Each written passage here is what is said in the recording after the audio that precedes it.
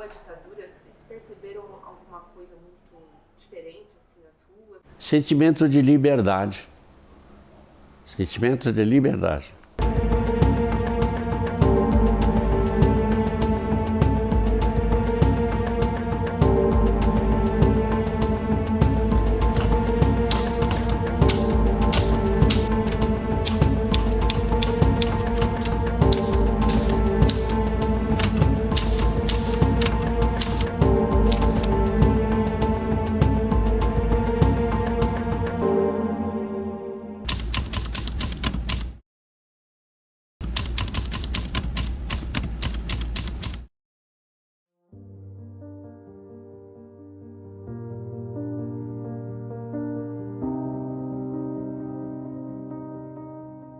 Não houve, por parte da sociedade civil, uma compreensão profunda do que foram os 21 anos de governos militares no Brasil.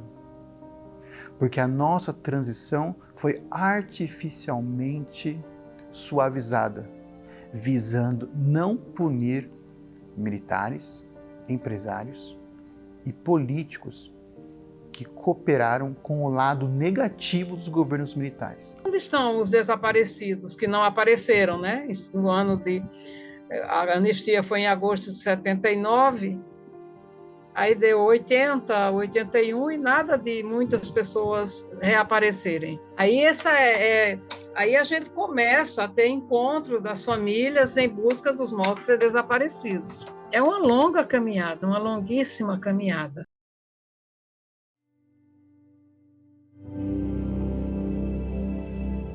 Eu tinha a responsabilidade de fazer um testamento de tudo que tinha ocorrido na USP.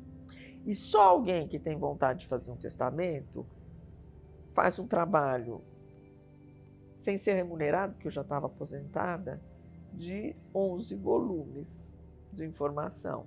A minha garra era fazer essa história direitinho, como um historiador pode fazer.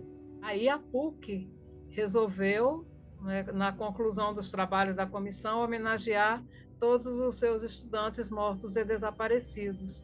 Então, ele tem lá, junto com os demais companheiros, que ele conheceu ou não, não sei, não tenho como saber, eles têm, assim, na entrada do teatro do Tuca, né, tem uns totens com a fotografia e uma pequena biografia. Isso é uma coisa foi muito simbólica, foi um dos primeiros casos de diplomação pós-mortem.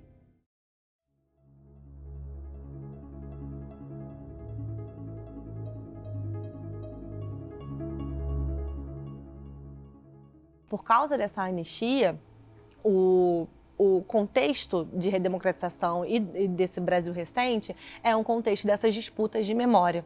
Então, eu entendo que é necessário que o Estado brasileiro se posicione. Quando o regime democrático acontece, quando existe essa transição para a redemocratização, o Estado brasileiro entende, e muito também motivado pelos movimentos estudantis, pelo movimento de professores, de autores, entende que existe uma necessidade de reformulação em toda a estrutura de ensino no Brasil. E principalmente no ensino de história, essa defesa também de um ensino de história crítico. Acho que essa também é uma grande diferença. Se antes existia essa intenção de um ensino de história muito pautado na memorização das datas, a memorização da história dos heróis, a memorização dos eventos, dos grandes eventos históricos, hoje se privilegia a maneira como esses processos históricos aconteceram.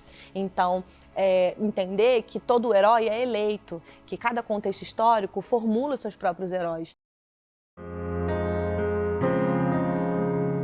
A partir de 1966, qual vai ser o modelo educacional implementado no Brasil pelos militares?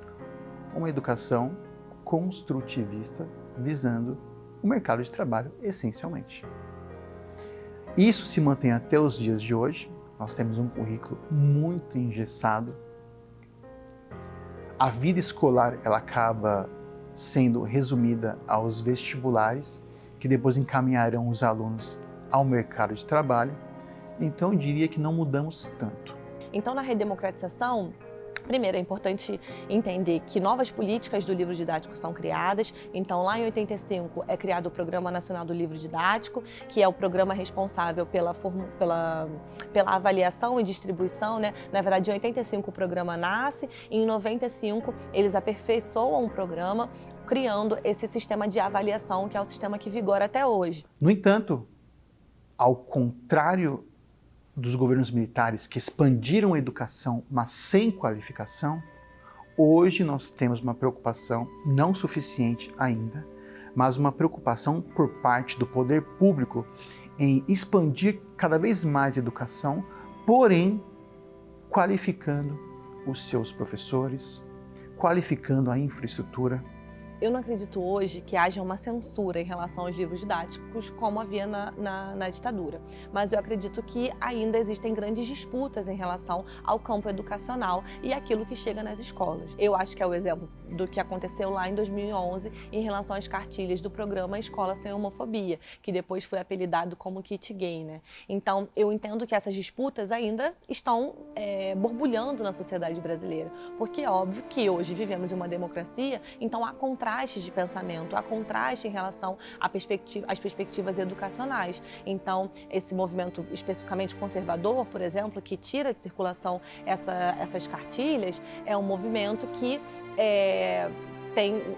está preocupado, né, na defesa de um projeto de sociedade específico. Só se opõe ao Escola Sem Partido quem tem se utilizado ao longo dos anos da escola, das faculdades, como ambiente para doutrinação político-partidária. Isto está claríssimo. E muita gente que nem sequer lê o substitutivo se coloca contrário apenas para defender seus interesses políticos e ideológicos que são nefastos à educação. A Escola Partido surge da indignação de um professor, de um advogado aqui de São Paulo, com o fato de que a sua filha, de 12 anos, havia tido uma aula sobre a Revolução Cubana. E ela não tinha uma opinião negativa sobre aquilo. Mas jovem havia se encantado um pouco. Escola, sim, é local de debates políticos. Não é debate sobre partidos políticos, embora faça parte. Não é sobre partidarização, mas é sobre o debate político em si. E no campo das ciências humanas, não há uma disciplina que não seja política. Em história, tudo é político. Em geopolítica, tudo é política. Em filosofia, tudo é política. Tudo que inclui escolhas que afetam milhares de pessoas é político. E isso não pode ser criminalizado.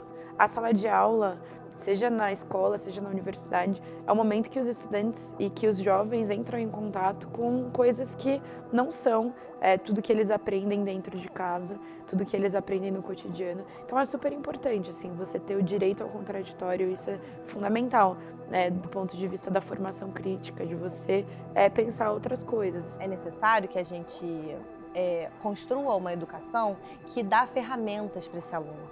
Então, diferente do que muitos pensam, não é uma educação doutrinadora, não é esse lugar do professor que chega em sala e fala, olha, essa é a visão de mundo que vocês têm que ter. É nesse candidato que você tem que votar. Mas é no sentido de que os alunos possam entender que, primeiro, a nossa sociedade é fruto de uma construção histórica. Então, as desigualdades que estão presentes na nossa sociedade, desigualdades sociais, desigualdades raciais, desigualdades de gênero, essas desigualdades foram construídas, elas foram pautadas por uma elite que está aqui há muito tempo. O governador Tarcísio de Freitas sancionou a lei que cria o programa Escola Cívico-Militar na rede pública de ensino no dia 27 de maio de 2024. Especialistas em educação criticaram o programa. Os pagamentos aumentariam em 50%, podendo chegar a mais de R$ 9.000 para coordenadores ou oficiais, ou seja, os valores seriam maiores do que os salários recebidos por parte dos professores da rede pública estadual. Porém, o plano foi suspenso pelo Tribunal de Justiça de São Paulo no dia 7 de agosto deste ano. Mais uma ferramenta para a gente dar opção para os nossos jovens. Mais uma ferramenta para ligar os nossos jovens à prosperidade, a uma boa formação, a um bom futuro, que é o que a gente quer. Levantaram-se os seguintes números de que escolas cívico-militares tinham maiores notas em avaliações. Só que se esqueceram das vírgulas. que esses resultados são positivos, sim, mas devem-se a outros fatores. Por exemplo, nessas escolas cívico-militares com bons resultados, os professores ganhavam acima da média. A estrutura das escolas estava acima, a participação das famílias ali é facilmente identificável. Então esqueceram de nos explicar toda a história. Você está dizendo o seguinte, olha, nós vamos colocar um militar dentro dessa escola e esse militar vai ganhar muito mais que o professor. Ele vai ganhar 6, 9 mil reais, é um militar aposentado, sem formação pedagógica, ele não é profissional da educação, mas ele vai estar lá dentro da escola. Então, é uma afronta ao professor que não ganha nem o piso nacional salarial aqui em São Paulo, e a pessoa vai ter lá um militar sem formação que vai virar um monitor e vai ganhar mais que o professor, mais que o diretor da escola e mais que o supervisor de ensino. Então, é uma frente dizendo o seguinte, olha, é o militar que vai resolver o problema da educação, não vai ser o professor. Você tem um padrão ali de comportamento sexual, racial, em todos os níveis, né? A questão de gênero, tudo isso vai ser desrespeitado. Então é uma escola que vai tentar também uniformizar o comportamento dos alunos. A menina não vai poder pintar a unha, por exemplo, é uma escola que vai impor várias proibições comportamentais. Somos jovens destemidos e vibramos a marchar, os alunos sempre unidos do colégio militar. Nossa luta nos ensina a vencer a desconfiança, lutamos só domina nosso medo. Mas então eu diria que um dos grandes reflexos e um grande mal da ditadura foi essa cultura autoritária educacional que persiste até hoje. 8 de janeiro de 2023, por volta de 13h, milhares de manifestantes saíram do quartel-general do Exército em direção à Praça dos Três Poderes.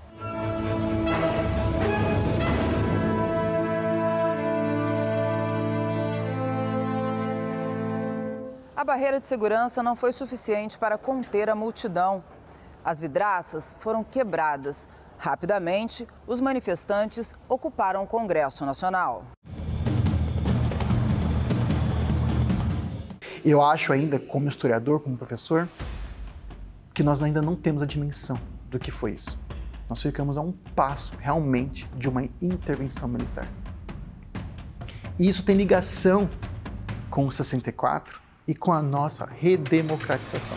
Se tivéssemos passado a limpo os 21 anos de governos militares, narrativas políticas sobre aquele período não teriam prosperado. E muitas pessoas, cidadãos aí, que foram convencidos nas redes a apoiarem tal movimento, certamente não estariam na rua, porque teriam noção um pouco mais clara do que havia sido os governos militares. O grande problema dessa polarização é que o diálogo não acontece mais. Então, se existe um lado A, que tem uma visão X sobre a ditadura, existe um lado B, que tem uma visão Y sobre a ditadura, e ambos não estão dispostos a dialogar, o que acontece é que a sala de aula vira um grande campo de batalha. No dia 31 de março de 2024, completou-se 60 anos do golpe de Estado que levou o Brasil a uma ditadura de 21 anos de duração. No início do mês, o presidente Lula determinou e orientou seus ministros e governo que não realizassem atos, solenidades, discursos ou que produzissem qualquer material em memória dessa efeméride dos 60 anos do golpe militar. E o que parece para mim, quando o governo atual fala, né, não vamos criar comemorações, a gente fez um acordo, né? O Ministério da Defesa fez um acordo com os militares, eles também não vão comemorar. O que para mim eles estão fazendo é a mesma coisa que fizeram na anistia, equiparar as vivências. Então é falar, olha, o nosso grupo aqui, as vítimas da ditadura, os familiares das vítimas, os familiares dos desaparecidos, nós não vamos comemorar, né? Não vamos comemorar no sentido de lembrar, né?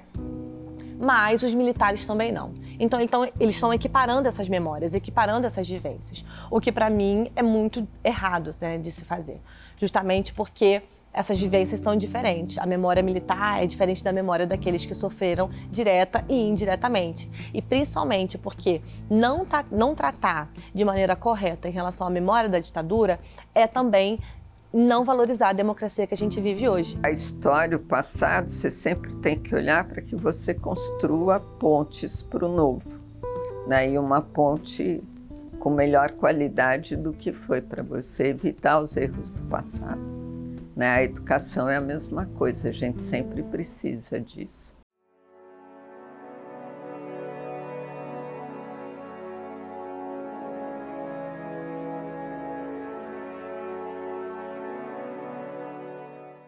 Se vocês me permitirem, eu falo rapidamente um pequeno poema. Que as estrelas te iluminem, que a tua vida seja leve, que a tua mesa seja farta, que as tuas dores sejam breves, que a natureza te seja grata, que possam sempre conservar o coração generoso, fazer o bem e sobreviver ao mal.